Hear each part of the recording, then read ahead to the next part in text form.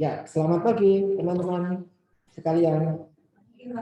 Baik, hari ini kita akan masuk ke pertemuan ke-6. Kita akan diskusi tentang digital health intervention. Nah, apa itu digital health intervention? Kenapa sih kita harus mendiskusikan hal ini? Ada apa? Nah, apa isu yang sedang tren terkait dengan DHA ini? Apa kaitannya dengan beberapa permasalahan kesehatan yang ada di Indonesia?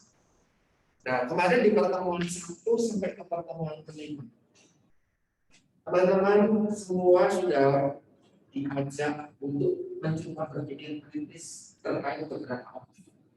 Yang pertama terkait permasalahan kesehatan di usia dewasa. Ada penyakit kondisi kesehatan juga di Indonesia. Bagaimana juga manajemen obesitas pada orang yang saat ini selalu mencari kondisi untuk mendukung mereka di dalam menurunkan. Nah, apa kaitannya dengan digital intervention? Kita akan diskusikan. Ini teman-teman, sebelum kita masuk ke situ, kita masuk ke beberapa hal yang barangkali kita menjadi bagian di dalamnya. Di sini sensus penduduk kemarin 2020 menunjukkan data kalau Indonesia 200.000 jiwa di tahun 2020 dengan komposisi utama seperti ini teman-teman sekalian. Dan ternyata ini kita 2000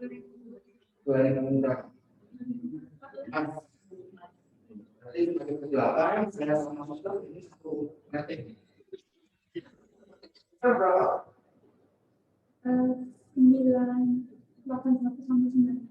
Dengan salahnya enggak? 91. 91. Saya 89. Jadi saya cuma sisi 2 tahun.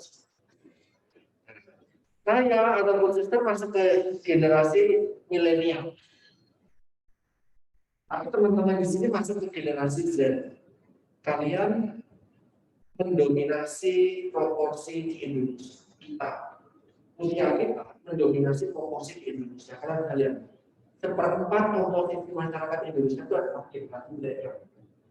Angkatan muda aktif 80-an sampai 90-an yang sekarang sudah aktif bekerja di bawah 40 tahun.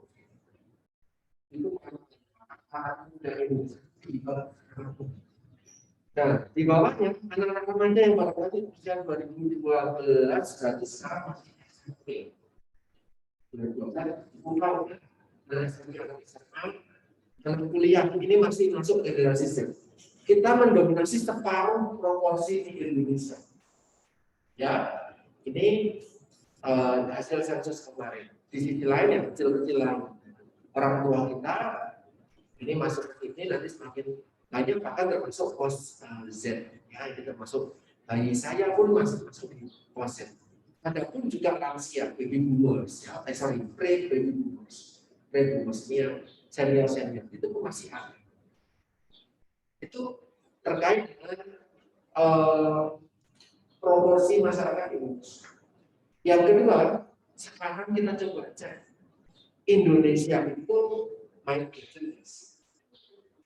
Ternyata diprediksi tahun 25 nanti yang 3 tahun lagi itu lebih dari 200 juta jiwa di Indonesia itu punya gadget. Gadgetnya handphone yang dengan internet. Jadi bukan handphone yang layarnya cuma warna. Ternyata semakin banyak populasi yang memiliki smartphone. Di sini ada yang punya smartphone lebih dari 1 dan aktif dipakai semuanya. Banyak. Apa? 2. Satu berdua. Oh. Satu buat jadi 1, satunya buat jadi lain.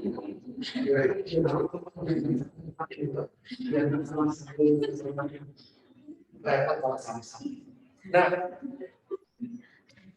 kalau saya bikin handphone saja harus bergantian di dalam konflik.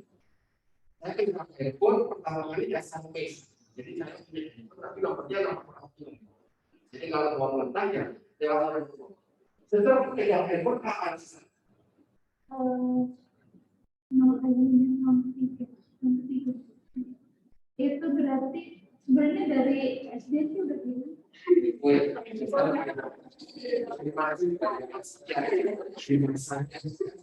Saya belum pegang handphone. Saya baru SMP kelas 3 masuk kelas 3 itu mungkin punya sendiri lagi kuliah punya sendiri lagi sekarang sudah pakai aku pakai kartu karena ini kuliah mungkin seperti yang bilangnya smartphone yang nggak smartphone ya internetnya masih SD itu generasi 2G itu internet. Saya masih ingat itu pakai paket internet akses 5.000 5.260 MB. TKB 260 MB. Itu pakai buka file. Kita pakai file. Sekarang sudah betul-betul memori saya di file banyak banget.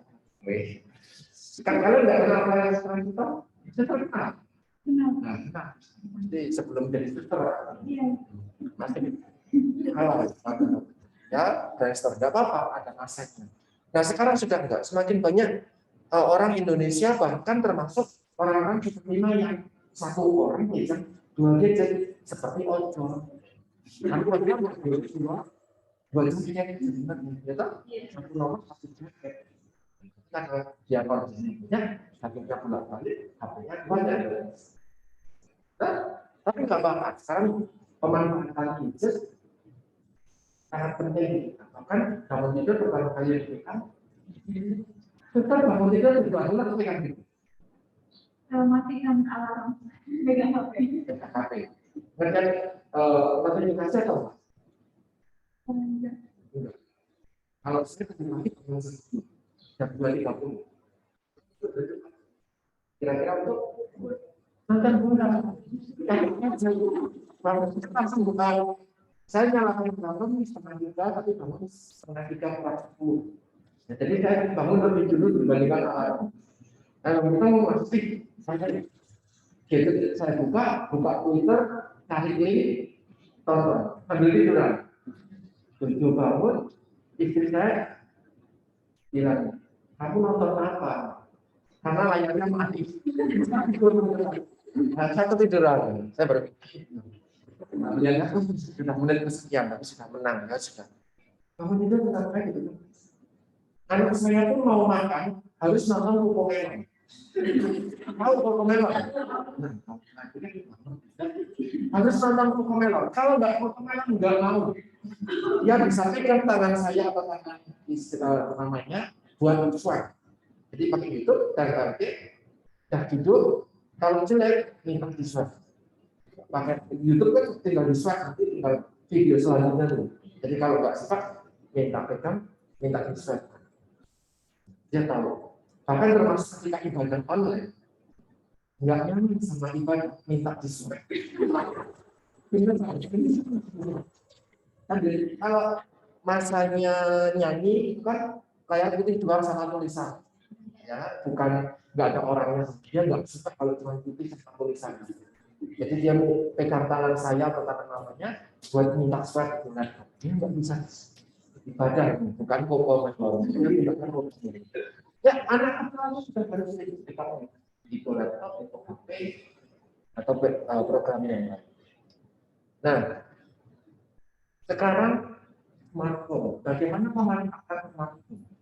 Ternyata pemanfaatan smartphone itu dari usia dari lansia sampai pre-boomers sampai ke generasi post-gen seperti anak saya. Semuanya memanfaatkan gadget. Kalian bisa lihat anak, ya, anak muda ini di sini generasi post-Z masuk di sini sampai usia yang sangat sangat senior, semuanya memanfaatkan sosial media. Jadi bukan gadget untuk menghubungi teman, gadget untuk telepon atau chat bukan, tapi untuk sosmed. Indonesia tahun kemarin 21 datanya seperti ini, dan kita masih di dalam generasi ini menjadi komunitas paling tinggi pemanfaatan sosmed di Indonesia. Ini data untuk Indonesia. Ya. Terus berikutnya, dari sosmed berapa lama sih kita main? Apakah teman saya nonton bola atau ya terus selesai kan saya ngajar dan ternyata enggak. Ada berbagai macam sosial media di Indonesia, tentu akan ada banyak tambahan lagi seperti TikTok misalnya, saya tidak masukkan di sini. Facebook penggunanya di Indonesia sekian ratus juta, sampai Snapchat sekian juta, dan maksimal rata-rata bisa 3 jam sendiri kumulatif. Tentu kita tidak, teman-teman kuliah ataupun saya mengajar tidak 3 jam di depan laptop, di depan gadget untuk melihat sendiri. Kecuali mungkin leisure time, apa tahu tidur mau tidur nggak tidur kita buka scrolling sampai yang scroll habis juga karena tapi kalau kita silakan habis. Nah ini biasa sampai 3 jam. Itu tadi tentang gadget, tentang smartphone, tentang populasi yang memanfaatkan. Sekarang kita coba bergeser dulu masalah kesehatan lagi. Di Indonesia masih ada 7 juta balita per 2020. Yang menurut SSDP ini yang paling banyak. Masih ada 7 juta jiwa yang masih mengalami stunting. Pendek di usia yang seharusnya dia memiliki tinggi badan yang sekian. Masih banyak yang kita lakukan. Padahal pemerintah punya target di tahun 2024 bisa turun 10% lebih dari 27 2020 tadi 24 menjadi 40. 24 itu 7 juta wanita. Jadi angkanya memang turun terus nih dari tahun 2013 kemarin dia turun 2020 24%, ditargetkan 2 tahun lagi 14%. Itu angka strategi kita ya. Kemarin kita sudah discuss tentang. Terus kita sebagai tenaga gizi ngapain? Ketika jumlah tenaga gizi aktif saat ini tahun 2021 2022 itu sekitar 60.000 kurang. Banyak. Kalau dilihat. Tapi kalau dibandingkan proporsi masyarakat di Indonesia, sakupring nggak ada satu detik. Dan semuanya masih terkonsentrasi di mana? Tenaga gizi lokasi di barang ini masih terkonsentrasi di mana? Kalau di pulau mana? Gizi juga paling banyak ada di luar Jawa. Berarti mereka tidak terlayani dengan baik.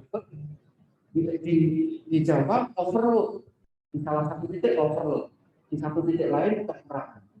Maka saya sangat senang di sini harusnya kita ada Gabriela juga dari luar Jawa, ada Iro, ada Maria. Nanti setelah dari sini ada apa namanya tadi di ruang Zoom ini juga ada siapa Angel Yana. Ada lagi yang dari luar Jawa di Sina. Dari mana? Lampung. Dia dari mana? Medan. Oh Medan. Berarti setelahnya pulang ke Medan. Setelah ini pulang ke Medan. Rencananya nonton di sini. Oh berarti sudah di sini. Oh dari mana? Nanti akan ke Jayapura. Nah, kalian belajar di Jawa, belajar di Jogja, baik yang di ruang Padel ataupun ruang Zoom. Nanti setelah ini kembali ke tempat masing-masing. Ngapain? Mencoba untuk meratakan orang-orang tenaga gizi di lapangan masing-masing. Kenapa? Karena tidak bisa menjangkau semua keluarga. Yang di Jawa aja. Kalau kalian tahu, Sleman ini masih masuk lokus stunting. Artinya apa? Masih banyak kasus stunting di Indonesia yang disumbang oleh Sleman. Wilayah yang lain enggak. Sleman malah masuk. Padahal Sleman perguruan tinggi gizinya ada 8 sampai 9. Intinya orang-orang berpendidikan semua itu kan sampai disebut kota pendidikan, walaupun itu kota Jogja, tapi kan itu mereka juga ini masih Sleman ini.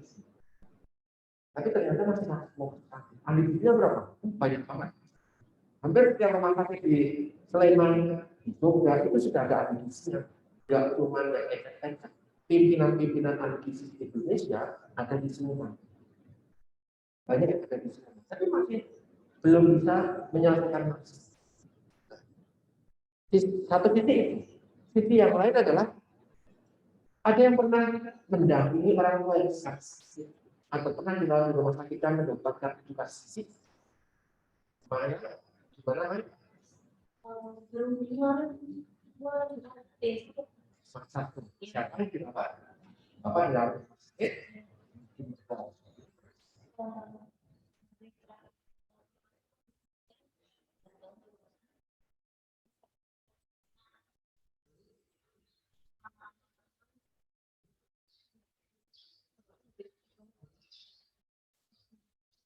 Dirawat lantai ada tenaga gizinya juga. Berapa lama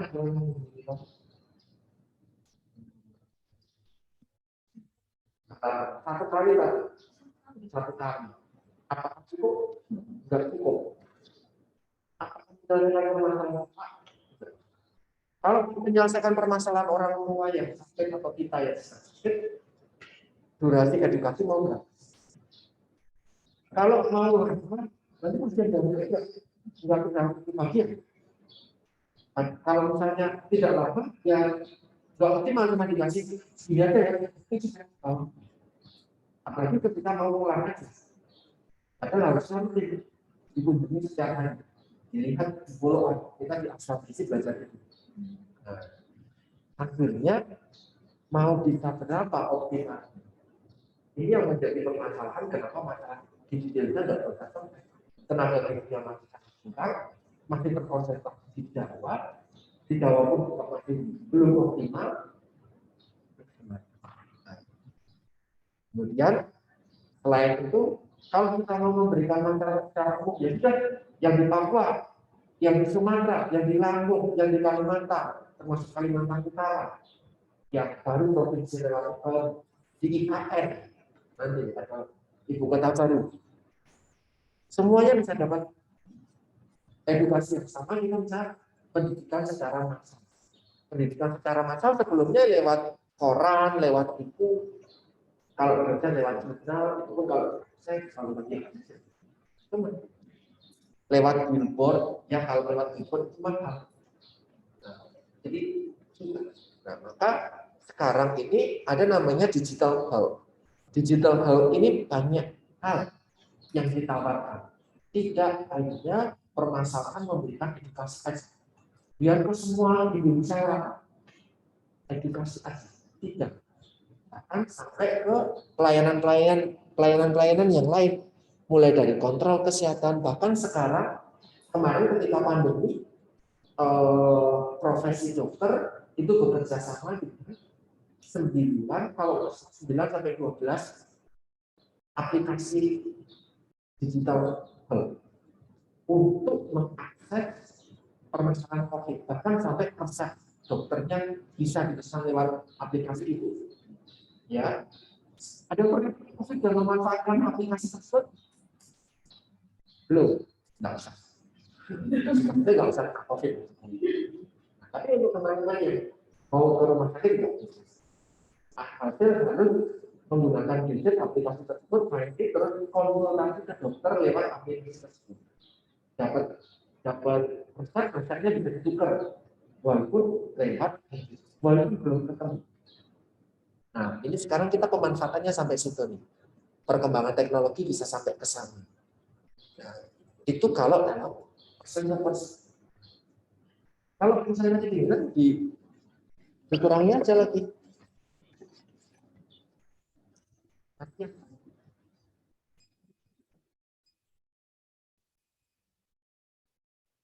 tapi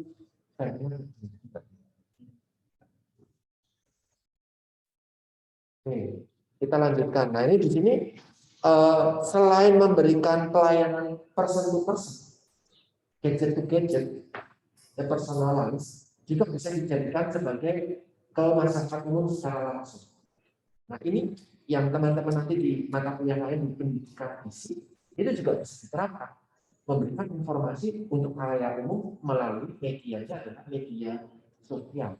Medianya adalah media yang ada memanfaatkan digital. Pelayanan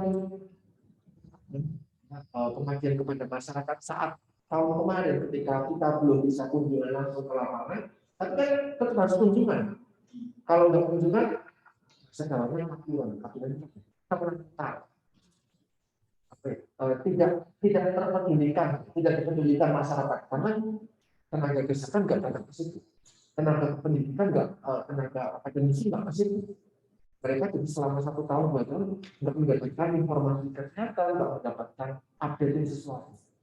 Nah kemarin sampai kita bisa memanfaatkan sosial media, kita bikin video, kita bikin panduan tertentu, kita bagikan ke WhatsApp group ibu-ibu dan gitu.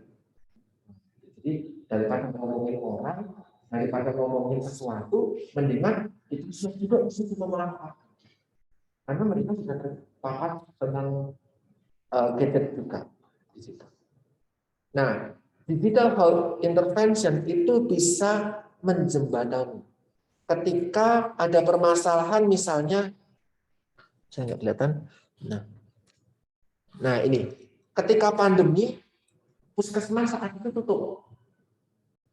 Istri saya yang waktu itu masih hamil nggak bisa ke puskesmas, nggak bisa kontrol, karena tutup semuanya saat itu 2020 akhir. Tutup semua. Rumah sakit pun banyak yang kolaps, pasiennya banyak, rumah sakit khusus yang alatnya tidak lengkap pun tutup karena tenaga kesehatannya kena semua. Orang-orang yang mau kontrol kalau tidak dapat memilih untuk di rumah saja. Ada nggak bapak ibu saudara kalian yang memilih di rumah saja walaupun sakit? Ada apa ini? Atau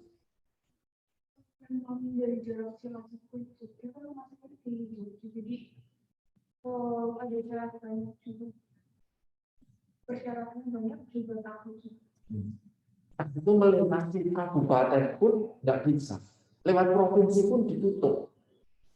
Di sisi lain juga takut. Ada banyak sehingga banyak orang-orang yang kurang, banyak orang-orang yang tidak terpedulikan, tersingkirkan, tidak mendapatkan fasilitas yang memadai seperti sebelumnya. Sehingga di sini nih lihat ada poor demand for service, keinginan untuk mendapatkan pelayanan kesehatan itu sangat rendah karena memang ada hambatan banyak. Di sisi lain, kalau keluarga ini mau kontrol ya lewat RSUP kalau dari wilayah-wilayah, berarti cuma di Sarjito. Antri pagi hari buat ngambil urutan saat itu. Terus sekarang sudah pakai gadget. Kamu di mana rumah sakit? Di Jogja. Kalau keluarga saya di Sarjito. Jadi setiap pagi saat itu sebelum ada pelayanan secara online, saya jam 4 pagi sebelum mengajar, saya akan ke Sarjito dulu. Antri dengan ratusan orang. Ngapain? Ngambil struk. Antrian. Cuma ngambil struk. Nanti dipanggil. Ya, Purworejo. Sampai nanti. Truk ini kemudian dibawa sama orang tua saya yang dari Purworejo mungkin dari tengah lima. Nanti sampai Jogja, saya berangkat kerja, mampir ke transport. Ya. Nanti di sana tinggal antrian. Kalau beliau berketua saya ngambil langsung antrian, ketika datang ke Jogja jam 7 sampai sini jam 7, misalnya dapat kerja nomor 100, baru akan dilayani nanti sore. Nah, rumah sakit seluruh Jawa Tengah datang semua ke Sarjito. Sekarang lebih enak. Nanti tidak lagi antri. Karena setiap bulan dia harus Sarjito berkontak. Karena mereka Sarjito sudah punya layanan digital health. Tinggal masukkan lewat aplikasi. Antrinya lewat aplikasi. Nanti tinggal oh ada urutan Kalimantan gampang. Misalnya sejak apa malam sebelumnya Dan terakhir juga sepertinya sudah pesan online seperti itu. Sehingga pemanfaatan media itu bisa membantu menjembatani. Ketika misal seseorang tidak mati diabetes, orang tuanya juga diabetes tidak bisa sembuh dalam anak. Saya bisa dimanipulis. Manipulis maka dalam jangka yang panjang, tidak cuma 1 minggu, 2 minggu, 1 bulan, 2 bulan. Maka ada kalanya orang tua jadi loss of control. Karena tidak kontrol ke rumah sakit, tidak ada yang mempedulikan lagi, tidak ada yang memonitoring, lepas. Nah, sehingga sakit lagi, kolaps lagi. Nah, dengan adanya media, ini bisa mengingatkan. Kenapa? Karena media selalu ada di tangan kita. Saat itu ketika nggak bisa ke rumah sakit, akhirnya dipesankan resep lewat gadget. Nanti resepnya ditebus di Purworejo. Saat itu karena nggak bisa ke Sarjito, ditutup. Sarjito hanya untuk menerima COVID saat itu. Nah, dan ibu saya termasuk dalam kategori ada penyakit penyerta. Hati-hati. Gitu. Nah, ini dengan adanya gadget membantu itu. Termasuk juga untuk ketika akses ke fasilitas susah. Dan Cilacap ke Jogja susah, maka ada gadget yang bermanfaat. Tetapi dengan berbagai macam kayak gini ada untuk improve people's health, memungkinkan nggak DXI itu juga membawa masih? Kenapa? Masih?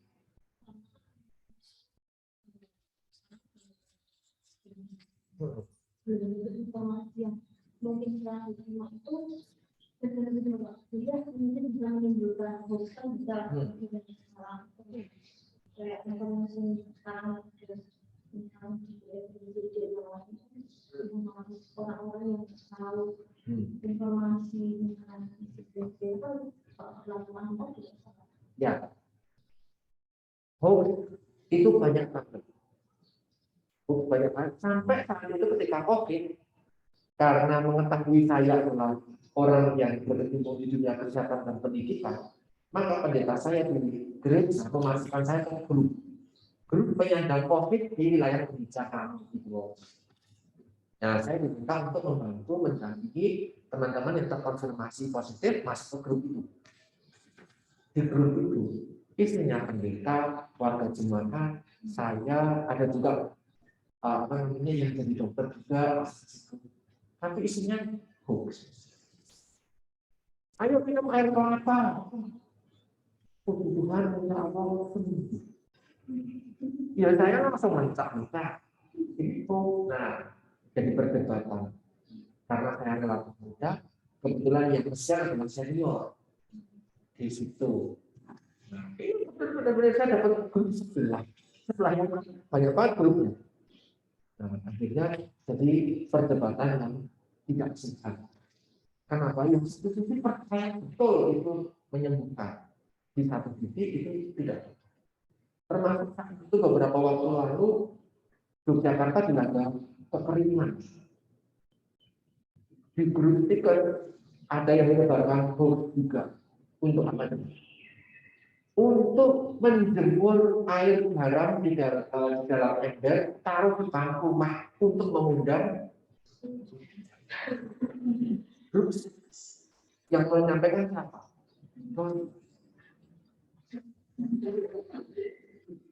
Dan itu dipercaya.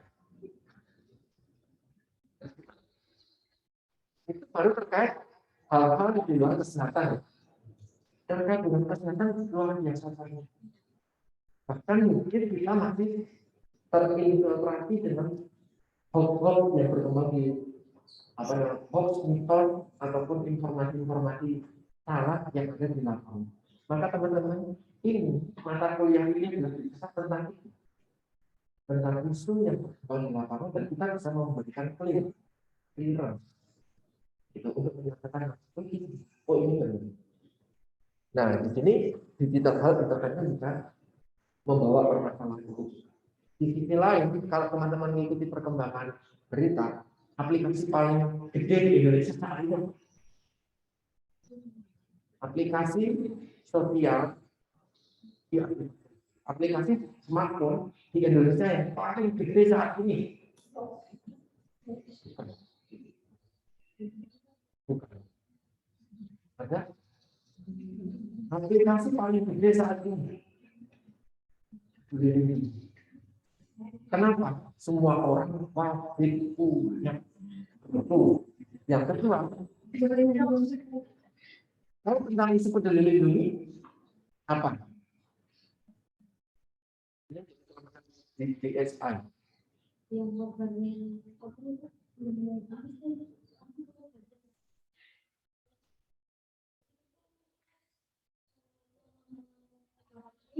Ya, kemarin Amerika menganggap melepaskan permasalahan HAM di dunia.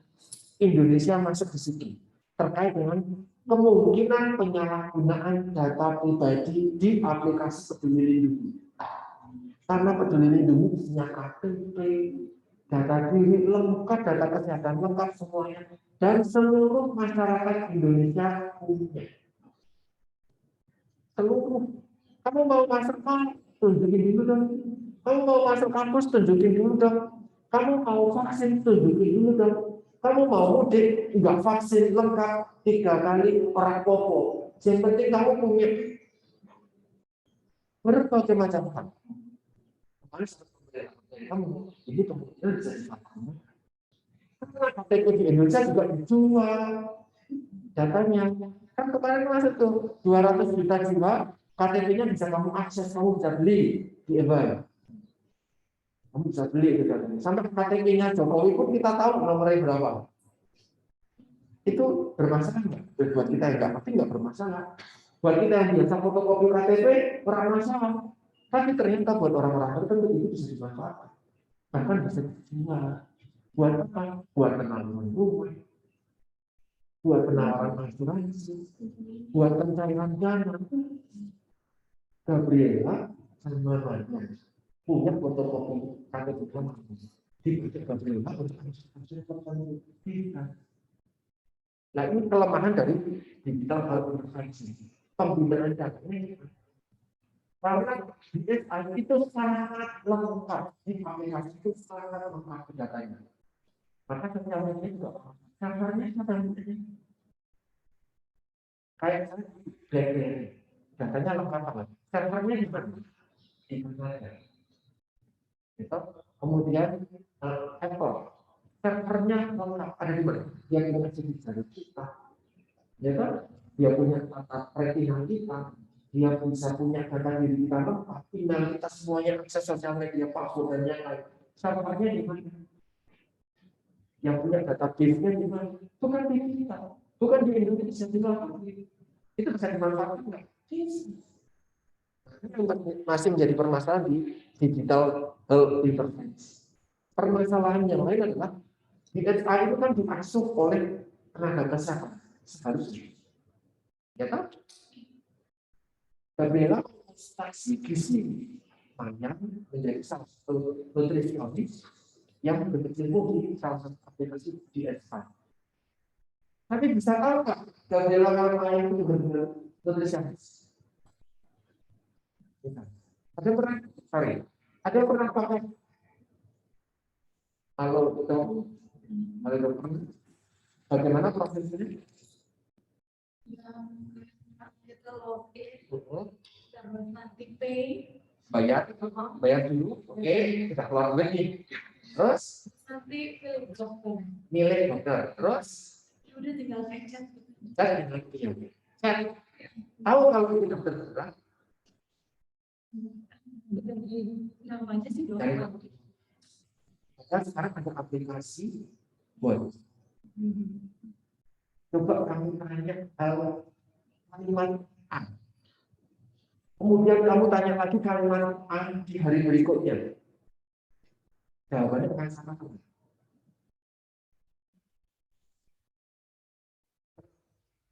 Telepon.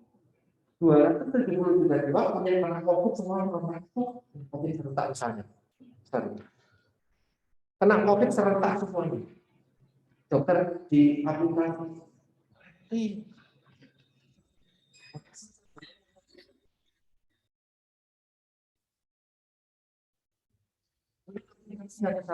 Berapa orang yang di aplikasi tersebut?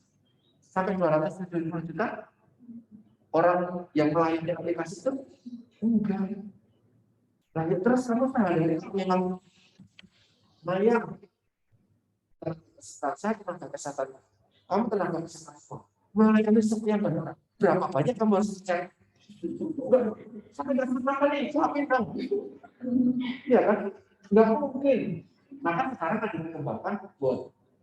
Pakai robot. Bot untuk mengatur. Sama seperti kalau kalian dulu ketika saya itu dari pool mau cek pulsa bintang 888 jawabannya pilihannya masuk. Klik 1 kalau mau tanya ini, klik 2 kalau mau tanya ini, itu bot. Sehingga ketika klik 7 informasi disampaikan ini ada pertanyaan dia itu enggak ada klik 2 untuk lagi. Sama seperti tinggal cek keywordnya apa yang betul cek. Oh kamu ada gempa, ada lima, ada dua. Kemudian itu menjadi rumusan jawaban ini. Nanti ketika banyak tanya tentang ABC, ada konten ABC-nya, maka jawabannya ini. Hanya takut saya menjawab itu. Nanti di sisi lain, ya kita lebih jawabnya masa harus copy paste itu. Artinya nggak sampai bunyi. Ya toh? Maka nah, yang jadi permasalahan di teknik terkait hasil tersebut adalah apakah jawabannya betul? Karena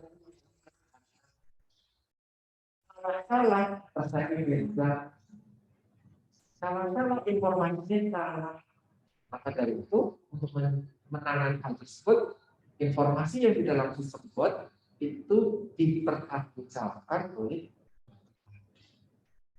tadi bertanggung jawab atas cek-cek yang sudah disetting. Kalau yang berikutnya, betul.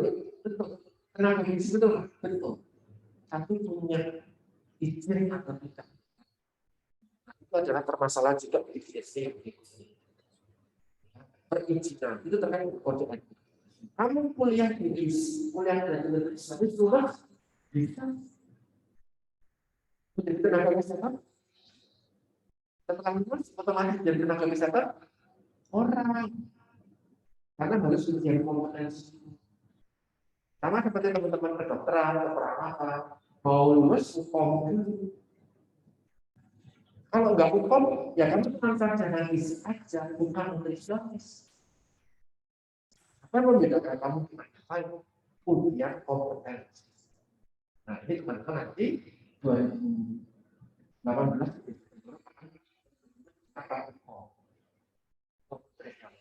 setelah hukum akan mendapatkan SPL surat pandang orang-orang yang kesehatan inilah yang boleh praktek. Jadi setelah punya SPL kalau mau praktek di rumah sakit ada SPL sama jadi praktek sendiri. Dokter perawat, dan gizi dan tenaga kesehatan lain itu harusnya SPL dan kedokteran menjadi sarjana kedokteran menjadi dokter. Kalau dokter nanti pasti dalam profesi. Tapi kalau cuma esket boleh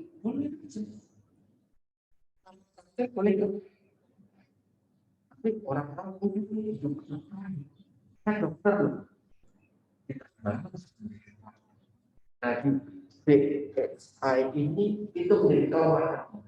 Apakah betul orang-orang yang memberikan pelayanan itu sudah tersertifikasi?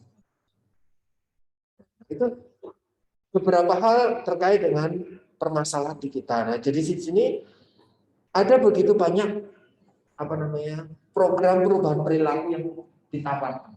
Perubahan perilaku berkelanjutan. Kalau kita mau menurunkan berat badan, kalau kita mau mengendalikan glukosa darah, ada program ABCD perhitungan untuk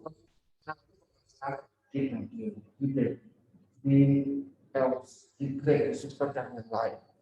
Nah, yang kedua ada data lalu yang dicek.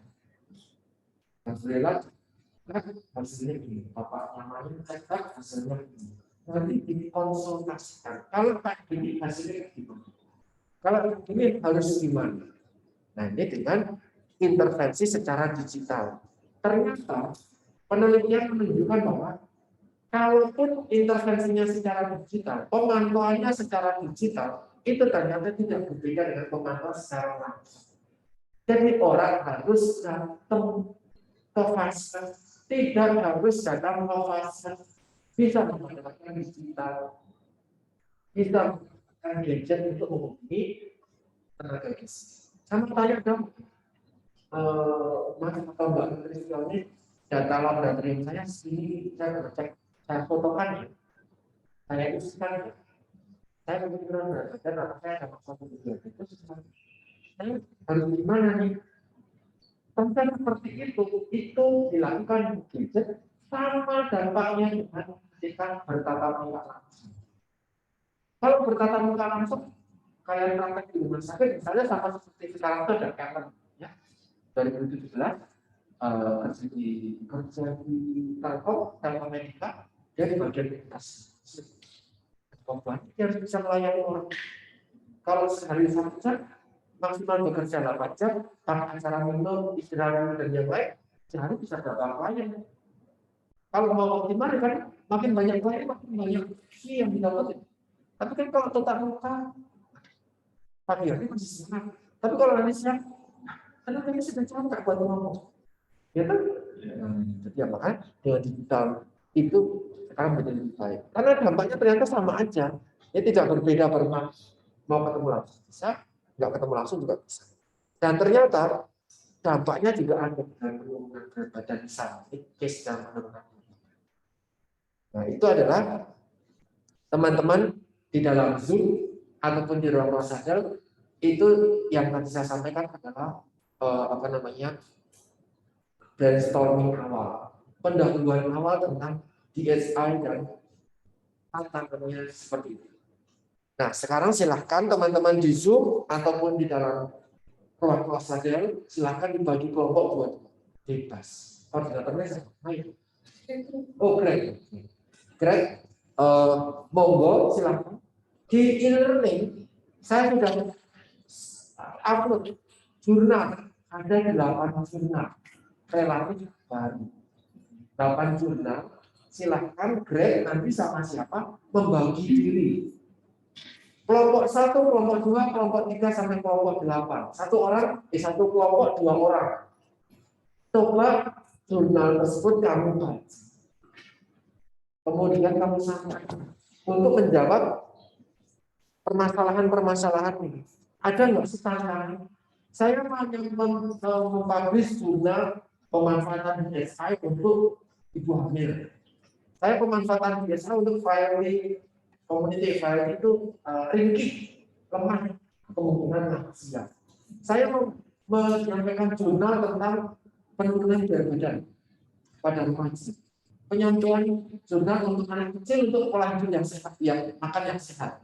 Ya, silakan aja dibagi. Itu berhasil nggak sih untuk orang diabetes? Berhasil nggak sih untuk ibu hamil? Berhasil nggak sih untuk penurunan berat badan? Berdasarkan jurnal itu ya. Berhasil nggak sih untuk mengubah pola sehat kehidupan sehat anak-anak kecil untuk manusia? Jika nanti mereka memanfaatkan digital itu, ada tantangannya nggak? Berhasil nggak tujuannya? Karena di jurnal ini tidak melayani fasilitas tatap muka, semuanya based on gadget. Ya, berhasil atau tidak? Silahkan didiskusikan dalam kelompok kecil. Nanti kita akan manfaatkan waktu untuk menyampaikan hasil. Jadi teman-teman akan melihat, oh kalau di ibu hamil berhasil Pak. Tapi nanti kelompoknya ini misalnya menyampaikan kalau di anak kecil tidak. Nah kenapa tidak bisa? Ya, tidak perlu berpikir banyak, hanya fokus di satu jurnal saja untuk masing-masing kelompok. Oke, Greg, monggo kewenangan penuhnya terparu untuk membagi kelompok 1 sampai 8 siapa yang di Zoom kelompoknya di sini, yang di sini kelompoknya sini aja, jadi biar enak. Ya, buat diskusinya. Dan di Zoom bisa berdiskusi menunggu hasil dari Greg.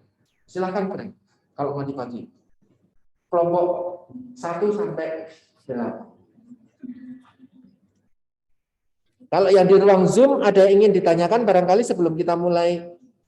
Oh, di ruang Zoom hanya ada Angela Viana ya. Iya Pak, belum ada Pak sampai saat ini. Oh ya, nanti Angela Viana bisa diskus secara mandiri, enggak apa-apa ya? Nggak apa-apa Pak. Oke. Jadi Iya di Pak. 12 anak itu sendiri. Greg membagi kelompok 1 sampai 6. Nanti 2 jurnal tersisa itu bisa diberikan ke Viana untuk pilih salah satu. Ya, jadi Viana akan mengambil salah satu jurnal dari 2 sisa untuk dia coba analisis. Monggo Greg. Mau jejer-jejer ini nggak apa-apa Mas? Boleh, Pak. Ya, bebas saja. Ya, jadi kelompok jurnal ke-7 dan ke-8 diberikan ke Viana ya. Viana, silakan kamu buka e-learning, kamu bisa pilih jurnal ke-7 atau ke-8 untuk kamu kaji gitu ya. Oh iya baik Pak, berarti salah satu ya Pak dipilih. Ya, salah satu saja silakan yang mana yang mau kamu ambil silakan. Kita punya waktu sekitar ya 30 menit. Ya, silakan Viana 30 menit ke depan nanti kamu laporkan jurnal apa yang kamu baca, terus nanti share screen apa yang ada, apa yang ditemukan di jurnal tersebut. Gitu ya Viana? Baik Pak. Oke, silakan. Nanti kalau ada pertanyaan langsung disampaikan saja secara langsung. Oke, silakan Pak Sakti. Kalau scroll kabelnya kurang, silakan ke ruangan saya untuk ambil kabel. Untuk sementara waktu, oke,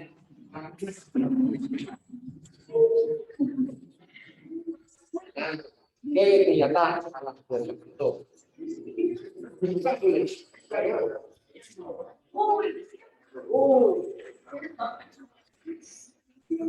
Silakan manfaatkan tempat dari mana internet. Password dan dokumennya juga.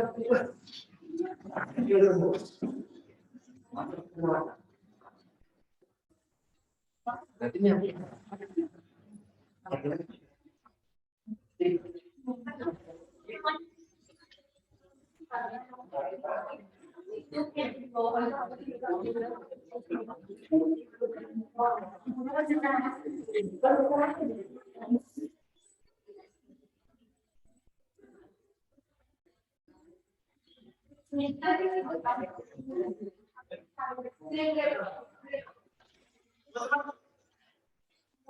Bagian jurnalnya 1, 2, 3, 4, 5 kantin. Dan 2, 3.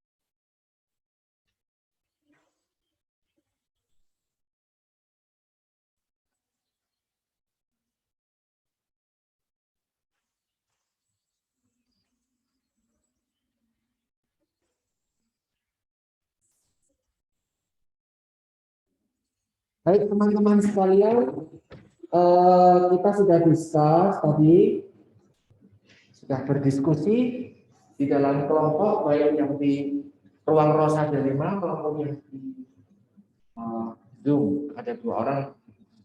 Nah, silakan satu persatu menyampaikan hasil temuannya. Apakah penerapan DFI di setting masing-masing itu menunjukkan berasa ada tantangan atau bahkan mungkin itu prospeknya bagus sudah diterapkan di setting yang kalian diskusikan. Apa yang kalian temukan di situ silakan dipaparkan disampaikan dengan suara lantang sehingga bisa terekam dengan baik di Zoom dan dapat juga didengar oleh teman-teman yang mengikuti di Zoom.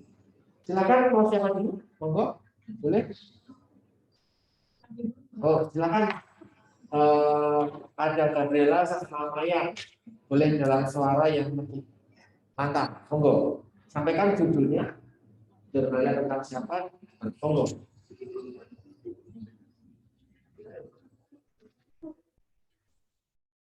Kajian dan teman-teman, pada kesempatan kali ini saya dan Maya kesempatan untuk mereview jurnal dengan judul Digital Health Innovation from Concept to Clinical Testing.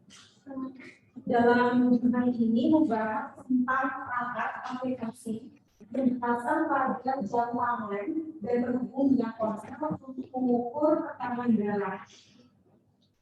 Nah, pada aplikasi ini ada enam step untuk mengembangkan aplikasi ini untuk dapat digunakan pada pasien. Nah, sebentar, saya interrupt sebentar. Boleh mungkin atau saya yang share screen ya. Biar saya bantu share screen biar untuk tersampaikan ini jurnalnya tentang apa gitu ya. Yang disampaikan oleh Gabriela tadi jurnal nomor 6. Sebentar, saya coba cari jurnal nomor 6.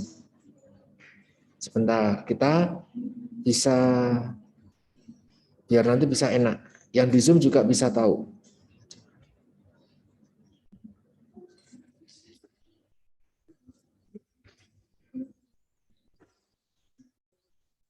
Kalau Viana pilih jurnal nomor berapa, Viana? Kami berdua pilih yang nomor 8, Pak, yang diabetes gestasional. Oke, nomor 8. Saya buka juga.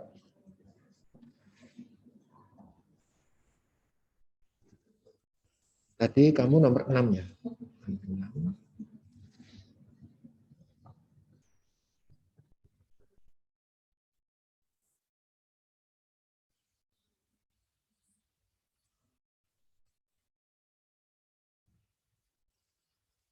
Ya, yang di Zoom sudah kelihatan. Ini ya berarti jurnalnya Digital Health Innovation, a Toolkit to Navigate from Concept to Clinical Testing. Silakan dilanjutkan, Gabriela. Jadi dalam jurnal ini ada konsep-konsep yang langkah untuk pengembangan aplikasi Forest Health. Yang pertama itu pembuatan konsep untuk mendefinisikan masalah, lalu ada multidisiplin dan kesehatan bekerjasama dengan bidang IT dan juga bekerjasama dengan bidang riset. Kemudian yang ketiga itu memanfaatkan aplikasi teknologi, lalu mengembangkan teknologi digital, lalu mulai umpan balik dari kepentingan isi sebagai kemudian investor, lalu langkah terakhir itu melakukan studi. Nah, berarti untuk pengamatan mulai dari panjang, itu ada beberapa hambatan dan tantangan. Salah satunya adalah cara menggunakan aplikasi ini. Aplikasi ini itu dilakukan dengan menginput data secara individu dan manual.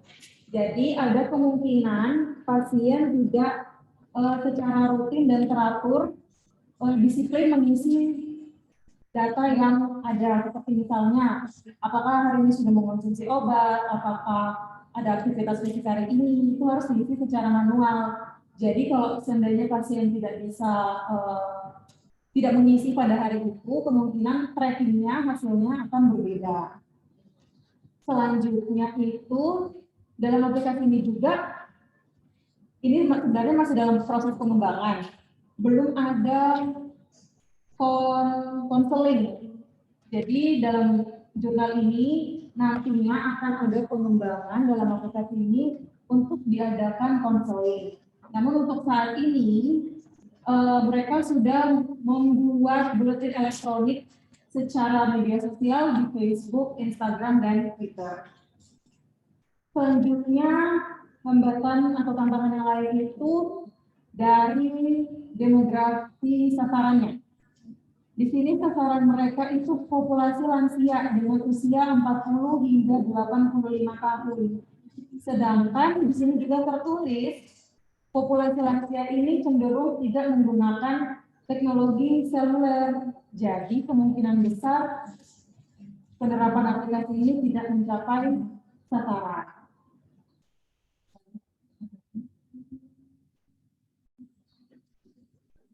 Lalu yang aplikasi itu hanya ranking di sini nggak ada ataupun kurang fitur yang istilahnya itu pasti yang sama. Nah, ada pengembangan juga pengembangan mereka kayak memberikan akses untuk kamera, terus kemudian beberapa akses untuk bisa melakukan counseling. Dan kemudian juga ini dilakukan tim kolaborasi multi dimensi ini juga membantu. Berarti ada juga tentang undang-undang portabilitas dan aktivitas yang menggunakan mereka untuk mengambil persyaratan. Jadi karena ini masih tahap pengembangan, mereka yang membuat aplikasi ini mengharapkan aplikasi ini dapat digunakan untuk dewasa sampai lansia. Jadi hambatannya seperti kalau tadi berhasil atau tidak, karena itu masih berbentuk konsep. Jadi kami simpulkan bahwa ini kemungkinan itu masih bisa untuk dilakukan, maksudnya untuk direalisasikan. Tapi kalau untuk target tertentu misalnya lansia di umur yang mungkin saya tidak menggunakan gadget ataupun kurang pemahaman gadget, mungkin akan sulit. Jadi harus ada tahapan tersebut. Oke, terima kasih Gabriela dan Mayang buat pemaparannya tentang pemanfaatan aplikasi digital tetapi pada orang lansia. Lansia membutuhkan pendampingan tapi dia nggak ngerti cara pemanfaatan aplikasi. Nah, tadi disampaikan butuh kolaborasi, tidak hanya tenaga kesehatan sendiri tapi juga bahkan sampai IT dan investor. Gitu ya. Oke. Terima kasih buat kalian berdua. Selanjutnya ada lagi dari yang lain. Siapa yang mau present? Silakan. Ada? Tidak apa-apa disampaikan saja, kita kelompok kecil kok. Monggo. Greg mau menyampaikan? Oke, ada yang mau menyampaikan? Silakan. Kamu? Mei? Oke, Mei mau menyampaikan. Mei jurnal nomor berapa?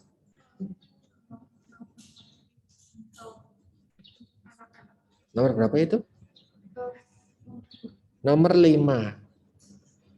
Ini ya, umbrella review tentang promosi makanan sehat pada anak kecil menggunakan intervensi digital.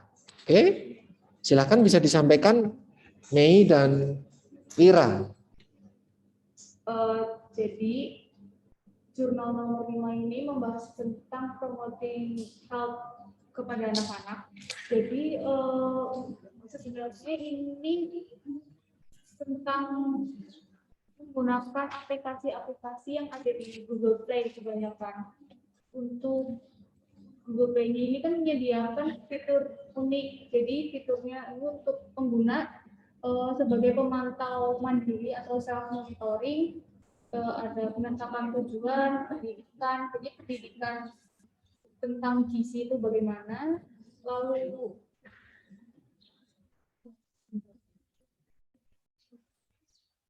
bagian kirim pesan tentang gizi itu biasanya ada di SMS dan ada self reward untuk mempromosikan kesehatan perubahan perilaku. Di sini dengan istilah behavior change technique.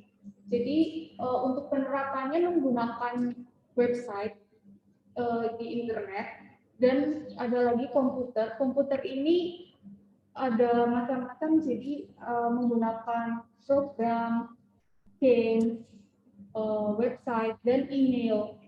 Lalu ada penggunaan gadget yaitu handphone. Lalu ada gaming tentang gizi. Lalu ada sosial media. Nah, ada juga review yang menggunakan teori sosial kognitif dan stage of change. Itu maksudnya ada tahap-tahap perubahan perilaku terhadap gizi, namun tidak dijelaskan secara rinci dalam jurnal ini.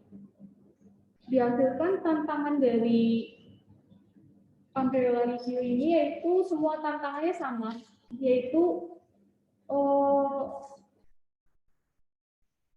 hasilnya yang tidak signifikan atau hasilnya itu tidak konsisten dari berbagai macam review karena hasilnya berbeda-beda. Semua hasil berbeda-beda, ada yang berpengaruh dan ada yang tidak berpengaruh.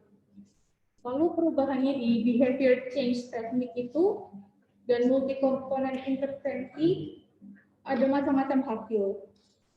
Untuk mobile sendiri atau gadget tersebut memiliki hambatan yaitu untuk self monitoring itu sulit.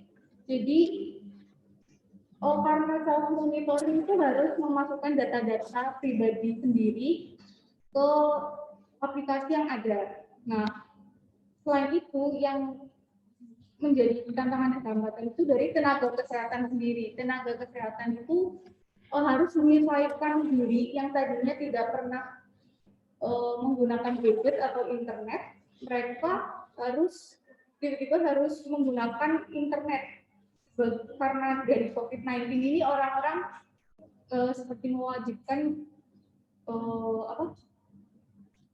punya sosial media seperti itu. Terus ada beberapa faktor juga yang menjadi hambatan yaitu dari peran orang tua. Peran orang tua untuk memonitori anaknya, memberikan makanan terhadap anaknya. Terus ada lingkungan. Lingkungan itu nge-support tentang gizi atau enggak sih? Atau policy itu kayak aturan atau kalau di kita mungkin adat ya. Adatnya kita seperti apa itu menjadi sebuah tantangan juga. Lalu ada aktivitas yang selaras dengan target. Maksudnya kayak yang kami pahami itu targetnya seperti kita harus turun berapa kilo, tapi kegiatannya kita sendiri nggak selaras dengan apa yang ditargetkan gitu. Untuk hasilnya sebenarnya untuk keefektifannya tidak jelas dan tidak konsisten karena buktinya juga sedikit untuk keberhasilannya. Lalu penggunaan behavior change teknologi dan teknik itu penting untuk meningkatkan efektivitas digital health intervention. Untuk intervensi yang positif adalah perubahan makan tentang konsumsi buah dan sayur, dan itu dari beberapa seperti sosial media, lalu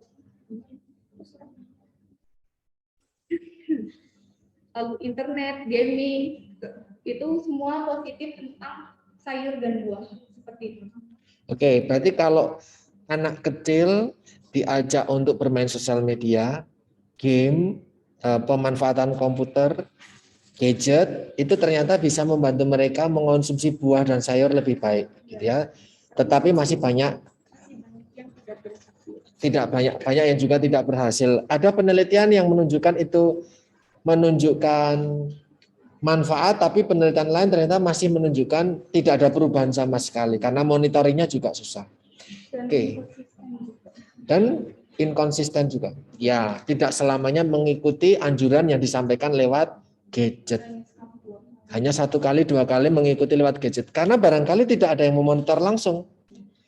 Saya mengajak kalian mengikuti kuliah lewat Zoom, saya nggak tahu nih kalian kemana. Tapi kalau datang secara langsung, relatif akan lebih disiplin.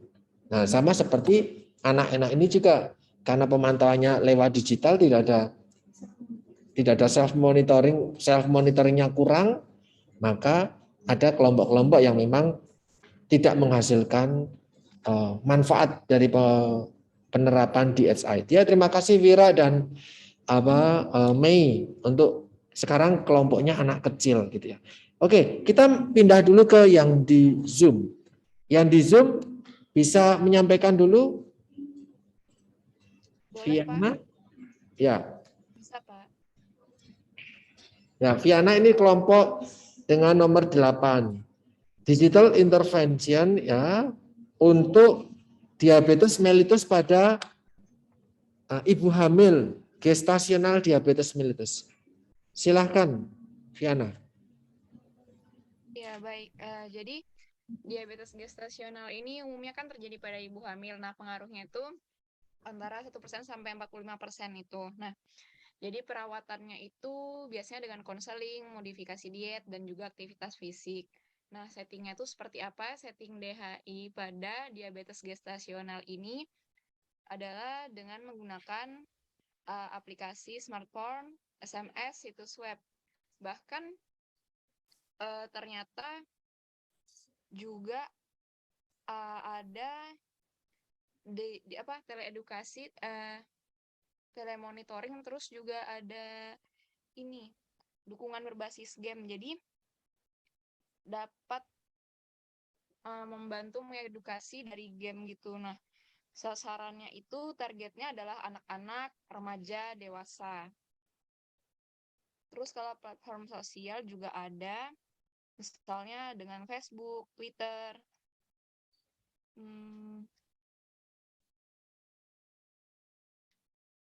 portal pasien itu juga ada. Ya, tantangannya itu pastinya harus mempunyai alat komunikasi dan juga jaringan yang sangat mendukung untuk proses berjalannya DHI ini tersebut. Nah, datanya itu juga berasal dari kelompok kecil ya, jadi belum dapat diintervensi, juga harus butuh banyak penelitian. Hambatannya itu adalah interaksinya antara orang dengan produk digital itu kadang masih ada yang suka mengabaikan, jadinya belum terlalu mengerti tentang misalnya harus mempunyai gadget atau segala macam, itu adalah kesulitannya. Nah, untuk DHI ini sendiri adalah berhasil karena dia dapat mengontrol glukosa pada ibu hamil tersebut, terus dapat menurunkan berat badannya juga, dan beberapa klien itu puas dengan layanan DHI ini untuk mengontrol glukosa darah karena terdapat kemampuan untuk memfasilitasi komunikasi dengan penyedia layanan kesehatan. Dan yang utama adalah peninjauan tindak lanjut klinik.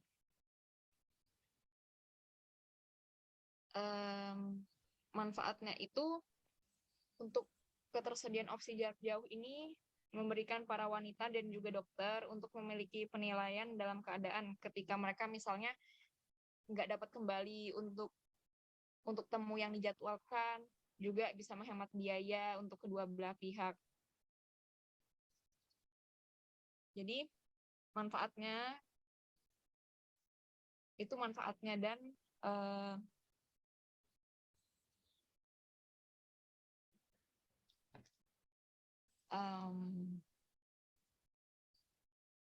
ya seperti itu tentang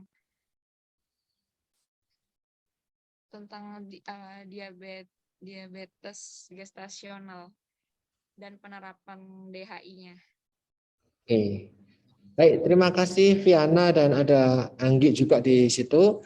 Di sini tadi kita mendengarkan pemaparan tentang pemanfaatan sosial media, bahkan game juga untuk menangani ibu hamil yang mengalami diabetes. Jadi ada namanya gestasional diabetes. Jadi diabetes muncul karena kondisi kehamilan. Nah, ini harus dipantau secara rutin. Nah, ternyata itu bisa membantu mereka mengurangi kos, jadi biaya yang harus dikeluarkan itu relatif lebih rendah dibandingkan kalau konseling ataupun edukasi secara langsung. Baik, terima kasih Viana dan Anggi di ruang Zoom. Berikutnya di sini mari di ruang Rosadel masih ada 4. Monggo, mau siapa dulu? Silakan. Briefingnya singkat. Monggo, Debbie boleh? Debbie, kelompoknya Debbie nomor berapa?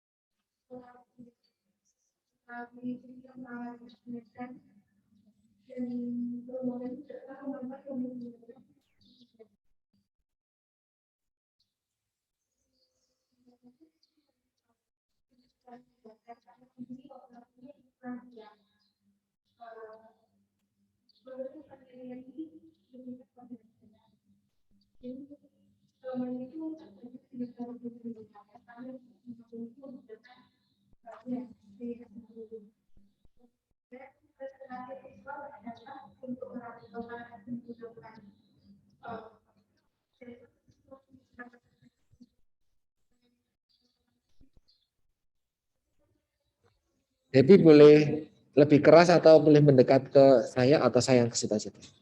Ini ada penyampaian dari ruang Zoom tidak begitu terdengar.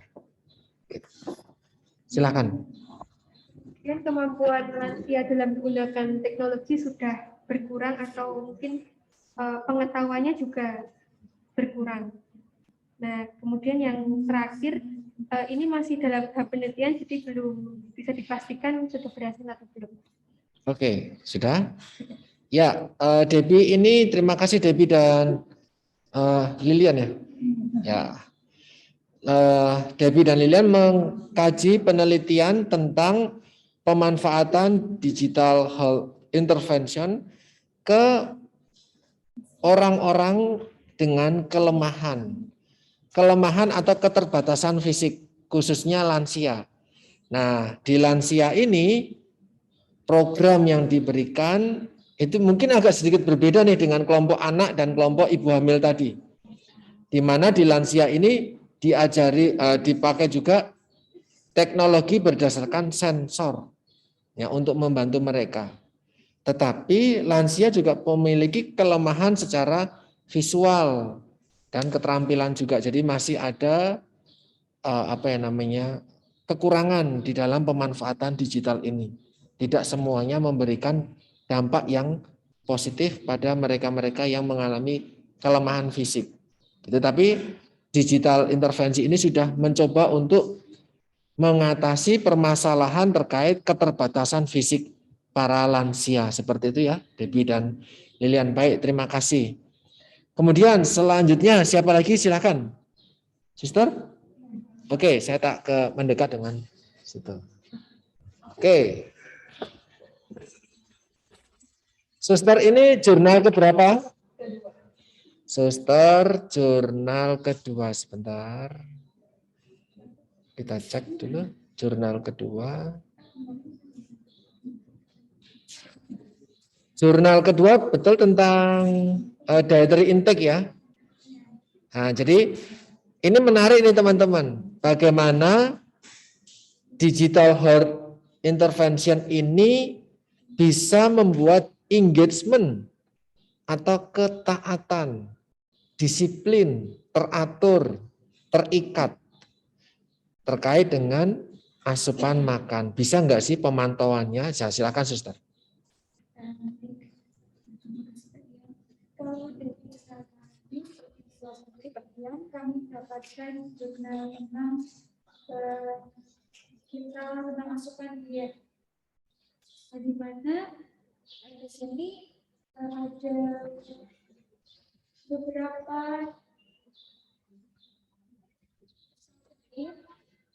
untuk makanan populasi penduduk dewasa.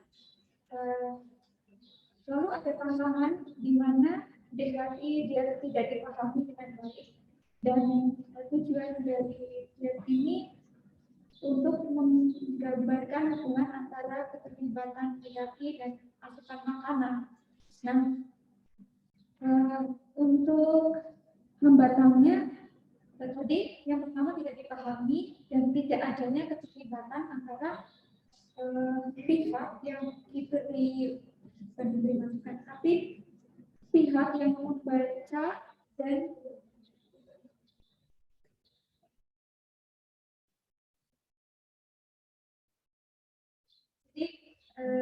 ada ketidakkonsistenan antara DHI dan asupan makanan, dan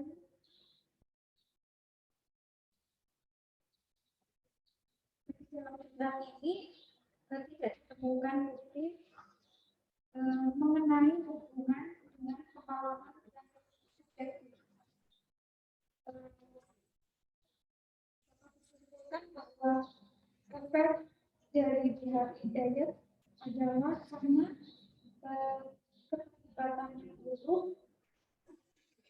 Temuan tersebut dikatakan bahwa belum mendukung dan memberikan sedikit pandangan mengenai komponen keterlibatan yang dilakukan untuk meningkatkan efektivitas dari diet ini.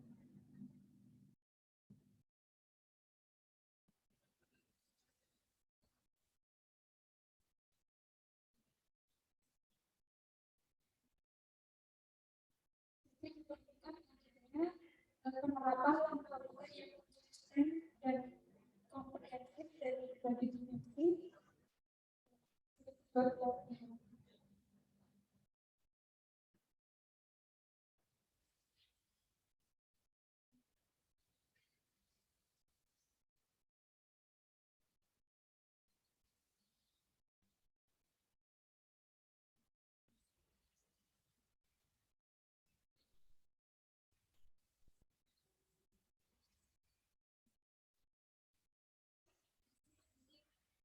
Kemudian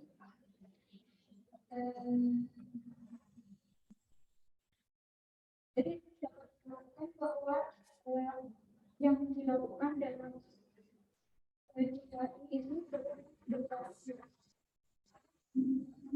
masih dilanjutkan dalam penelitian lanjut yang dilakukan antara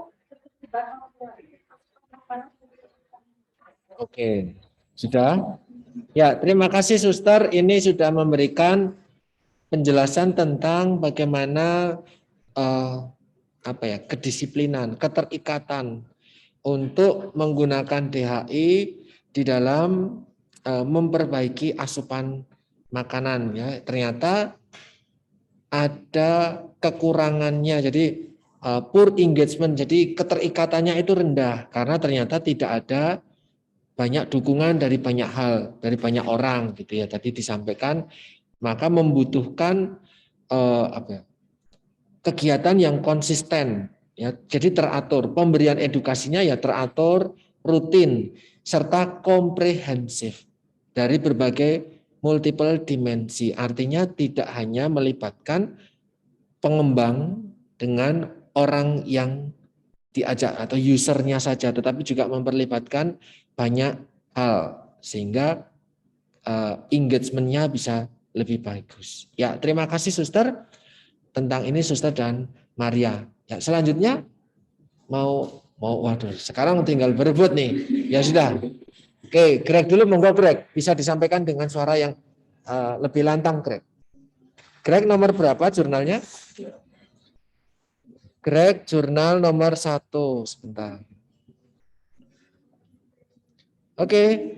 Greg akan menyampaikan tentang jurnal mengenai ya, apakah di HI ini bisa membantu menurunkan berat badan dan menjaga berat badannya untuk tetap baik. Silakan, Greg. Baik, selamat siang.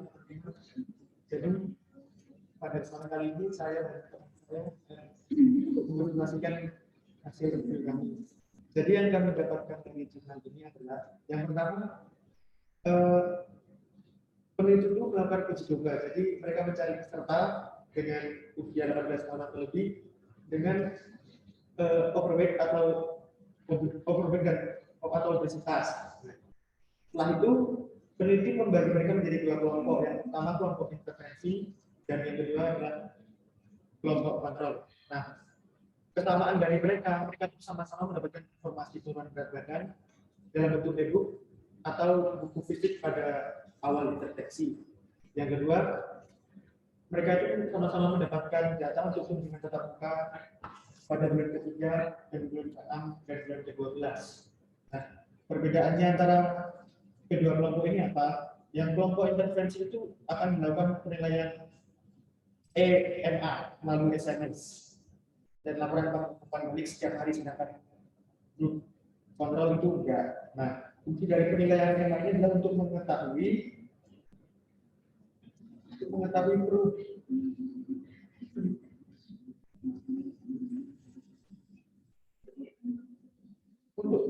perubahan perilaku setelah dilakukan intervensi. Sedangkan kelompok kontrol enggak, dan juga untuk kelompok intervensi nanti akan setiap hari diberikan pertanyaan dan peserta kelompok intervensi juga dapat bertanya mengenai penurunan berat badan, dan grup kontrol enggak mendapatkan itu. Nah, untuk tantangannya sendiri hasilnya adalah dari kelompok intervensi merasa terganggu dengan pesan teks harian yang selalu hadir, dan itu yang mengganggu mereka. Dan untuk hasilnya jadi informasinya di sini kami menunjukkan bahwa di dalam isi jurnal dia menyatakan masih uji coba, dan di sini juga dia mengatakan jika terbukti efektif isi terus dia bagi sesuatu. Di sini kami menunjukkan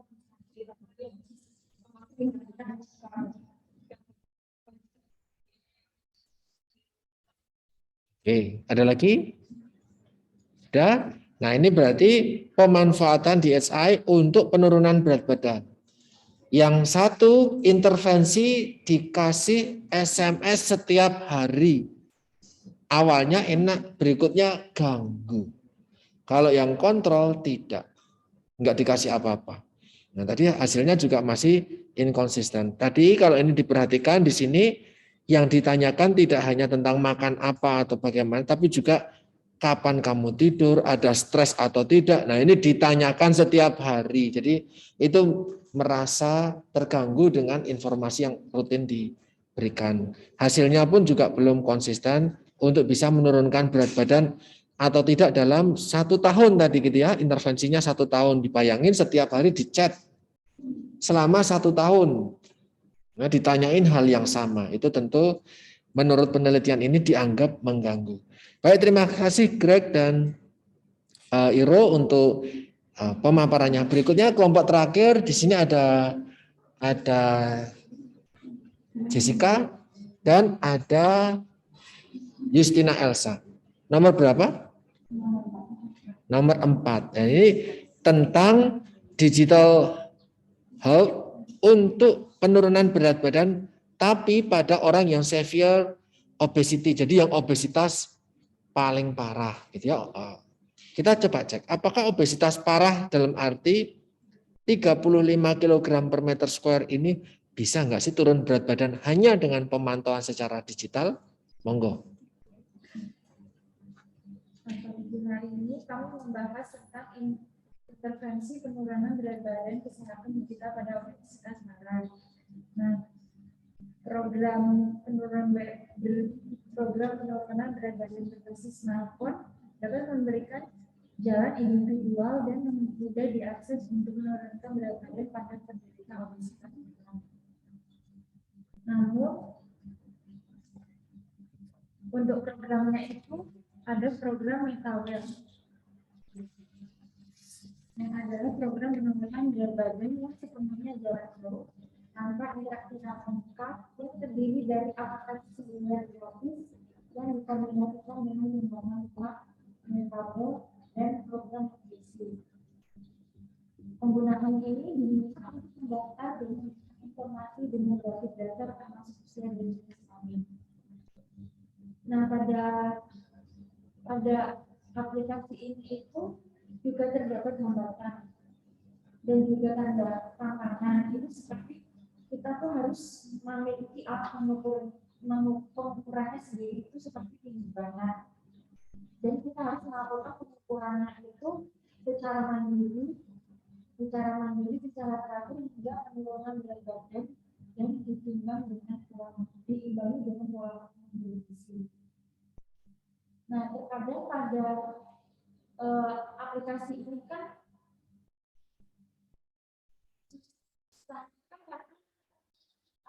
melalui aplikasi tidak tatap muka itu, jadi kita kayak susah gitu mau berinteraksi kayak mau ditanya. Jadi kita kayak membaca informasi itu, tapi kita melakukannya sendiri. Itu juga kayak belum berhasil, belum maksimal kita hasilnya. Oke. Nah, tadi disampaikan sama Elsa dan Jessica, penurunannya hanya sekitar 5% dengan memanfaatkan aplikasi untuk menurunkan berat badan. Penurunan berat badan di aplikasi ini kalau kita lihat di jurnal ini, itu ada makanan sehat, pemantauan berat badan, resep, dan yang lain. Yang jadi permasalahan karena tidak ada kunjungan, maka mengukur sendiri. Karena mengukur sendiri harus punya alat ukur sendiri dan ada koneksinya tidak stabil dan harus dilaporkan juga secara rutin. Nah, ini menjadi kelemahan di dalam pemanfaatan digital health intervensi untuk penurunan berat badan, gitu ya. Nah, ini tadi disampaikan seperti itu. Baik, terima kasih teman-teman sekalian di ruang Zoom maupun di ruang Rosada 5. Hari ini teman-teman sudah menganalisis 7 dari 8 jurnal yang tersedia tentang pemanfaatan digital. Ada yang bilang bermanfaat, bisa mengatasi segala macam halangan, rintangan karena keterbatasan akses secara fisik, terus membantu meningkatkan engagement juga, tetapi juga memiliki banyak kelemahan. Sinyalnya harus baik, keterampilan penggunaan gadget harus baik, indera juga harus baik, fasilitas yang mendukung pemeriksaan secara mandiri juga harus tersedia. Tapi tidak ada dukungan secara rutin dari pihak developer untuk memantau rutin setiap hari. Kalau dipantau rutin malah mengganggu. Nah, jadi ini tentang pro dan kontra pemanfaatan DHI di era sekarang ini. Post pandemi, pandemi hampir menjadi endemi, digital health khususnya untuk pemanfaatan di bidang gizi, tadi teman-teman sudah menyampaikan sebelumnya. Itu untuk materi hari ini. Terima kasih teman-teman sekalian, ini kuliah yang panjang banget, sesi ke-6 ini. Nanti kita akan sesuaikan di sesi ke-7, relatif lebih sederhana. Sebelumnya saya akan tutup. Terima kasih teman-teman sekalian di ruang Zoom maupun di ruang Rosada 5 untuk pertemuan yang ke-6. Kita akan lanjut dengan pertemuan ke-7. Terima kasih.